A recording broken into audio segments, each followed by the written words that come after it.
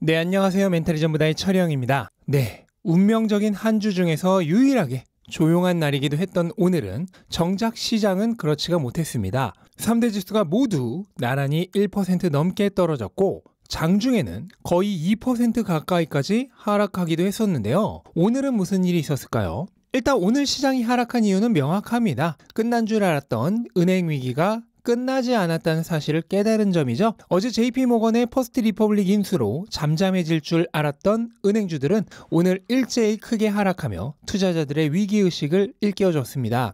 특히 문제가 되고 있는 지역은행들이 대체로 큰 폭 하락했고 S&P 500에 속하지 못한 더 작은 규모의 은행들은 정말로 크게 하락했습니다. 현재 퍼스트 리퍼블릭의 유력한 다음 후보로 지명되고 있는 팩웨스트 뱅코프는 무려 30% 가까이 하락했고 웨스턴 얼라이언스 뱅코퍼레이션도 15% 떨어졌습니다. 그 외 코메리카 은행이 12% 하락하는 등 지역은행 위기가 되살아나고 있습니다.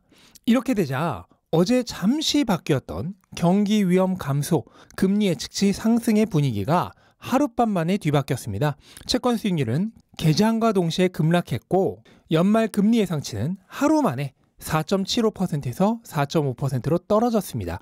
경기 위험이 올라가고 금리 예측치가 내려간 것이죠. 근데 제가 이렇게 되면 뭐는 안 좋고 뭐는 좋다고 했죠? 그동안 흘려 들으셨던 분들도 이제는 제대로 들으실 때가 되었습니다. 네, 증시에는 안 좋고 상품 자산에는 좋다고 말씀을 드렸죠.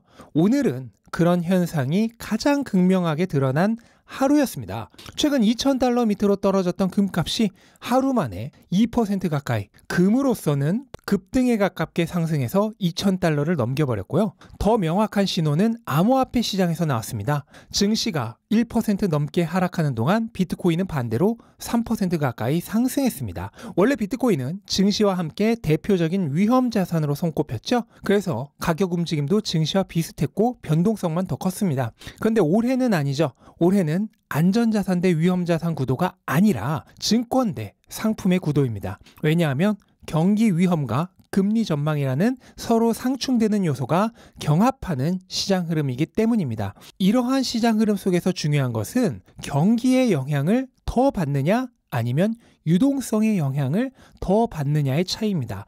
그런데 암호화폐는 금과 마찬가지로 유동성의 영향을 더 받죠. 따라서 현재의 경기 대 금리라는 시장 구도가 지속되는 한 암호화폐는 증시가 아닌 상품 자산들과 움직임을 같이 하게 됩니다. 이것을 가장 명확하게 보여주는 자료가 자산 간의 동조성 차트입니다. 자, 보시기 바랍니다. 이제 증시와 비트코인의 상관관계는 거의 제로에 수렴합니다. 제로라는 것은 서로 상관관계가 없다는 것입니다. 거기다 최근 같은 흐름에서는 제로도 아니고 오히려 역상관관계에 가깝습니다. 반면 금과의 동조성은 50%가 넘습니다. 누가 봐도 한눈에 상품 자산끼리 함께 움직이는 것을 알 수 있죠. 근데 제가 뭐라고 말씀드렸나요? 어제처럼 가끔씩 경기 위험이 내려가며 상품 자산의 안 좋은 흐름이 펼쳐질 수도 있지만 올해는 결코 경기 위험 증가, 유동성 확장의 흐름에서 벗어날 수 없다고 말씀을 드렸습니다. 은행들은 잠잠해질만 하면 또 말썽을 일으킬 것입니다. 여기저기서 새로 파산할지 모른다는 은행들이 속출할 것입니다. 그리고 연준은 제 아무리 똥배짱을 부리더라도 빠르면 연말, 아무리 늦어도 내년 초면 금리 인하를 시작할 것입니다. 그렇다면 올해 내내 경기 위험 증가, 유동성 확장의 모멘텀에서는 절대로 벗어날 수가 없는 것입니다. 그렇다면 어떤 자산이 더 좋겠습니까? 네, 상품 자산이 좋습니다. 그 중에서도 가장 좋은 것은 당연히 금보다도 비트코인입니다. 이렇게 유동성이 확장되는 타이밍에 맞물려 반감기 사이클까지 다가오고 있기 때문입니다. 비트코인의 반감기는 언제나 정확하게 작용했습니다. 수요가 일정하다는 전제하에 공급이 줄어들면 가격이 오릅니다. 이건 물리법칙과 다를 바 없는 절대법칙이죠. 거기에 투자 자산은 가격이 오르면 수요가 증가합니다. 따라서 반감기에는 공급은 줄어드는데 수요는 증가합니다. 그래서 가격이 폭등하죠. 2012년에도 그랬고 2016년에도 그랬고 2020년에도 그랬습니다. 2024년에는 다를까요?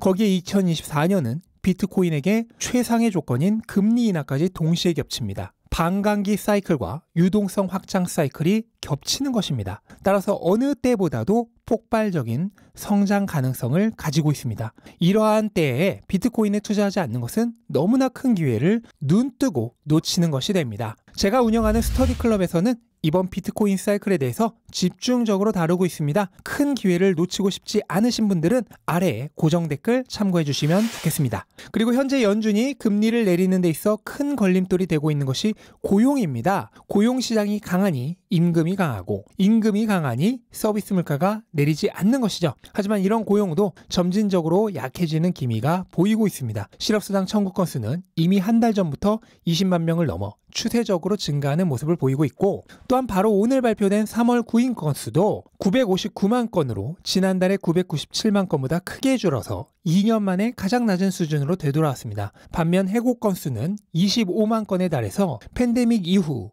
거의 최고 수준입니다. 이렇게 될 수밖에 없는 게 당연하죠. 기업들은 높은 금리와 은행 문제로 대출에 어려움을 겪는데 경기는 안 좋아지니 수입은 줄어들고 있습니다. 이번 분기 S&P 기업의 순이익 성장률은 마이너스 3.7% 역성장입니다.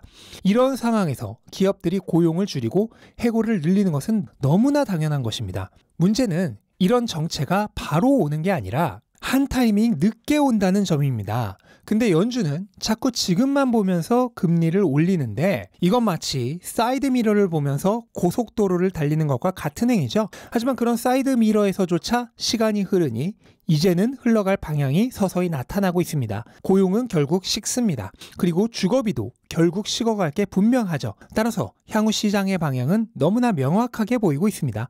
이건 마치 해가 뜨고 나면 낮이 올 것을 아는 것만큼이나 분명한 일입니다. 그런데 해가 뜨고 있음에도 여전히 낮이 안 오면 어쩌지 하고 두려움에 떨고 있는 사람들이 아직도 많습니다. 도무지 이해가 가지 않죠. 네, 그리고 테슬라는 정말 오랜만에 가격을 인상했습니다. 얼마 전 모델 S와 X를 인상한 것에 이어 이번에는 주력 모델인 3와 Y를 인상했는데요. 인상폭 자체는 크지 않습니다. 모델별로 대략 $250 정도를 인상했는데 이것은 1%조차 되지 않은 인상폭이죠.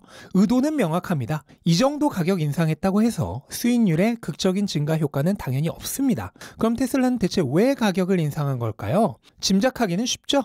더 이상 가격을 낮출 생각이 없다는 것을 소비자들에게 선포한 것입니다. 테슬라가 올해 들어서만 5번이나 가격을 인하하면서 소비자들은 기다리면 더 싸진다라는 생각을 하게 되었습니다.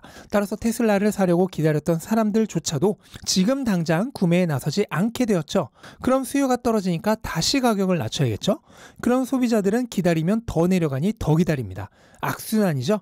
이번 테슬라의 가격 인상은 그 악순환을 끊겠다는 의도입니다. 큰 의미는 없는 소폭에 불과하지만 가격을 인상함으로써 소비자들이 구매에 부담은 느끼지 않으면서 더 기다릴 필요는 없다는 것을 알게 해준 것입니다. 비록 오늘 시장이 안 좋으면서 주가에는 큰 도움이 되지 못했지만 이번 가격 인상은 향후 수요 증가에는 분명 도움이 될 것으로 생각합니다. 대기 수요들이 더는 기다리지 않게 만들 테니까요. 네, 이렇게 오늘 하루 정리해봤습니다. 이제 내일부터는 하루하루 레전드 같은 나날들이 준비되어 있죠. 저는 별로 걱정을 하고 있지 않은데요. 아무리 변동성이 심하고 멀미가 나는 날들이어도 함께 하다 보면 훨씬 더 수월하게 보낼 수 있을 것입니다. 그럼 남은 빅 이벤트들도 저와 여러분이 함께 하기를 약속하면서 오늘 영상은 이만 마치도록 하겠습니다. 영상 도움되셨다면 구독과 좋아요 부탁드리고 즐거운 하루 되시기 바랍니다. 감사합니다.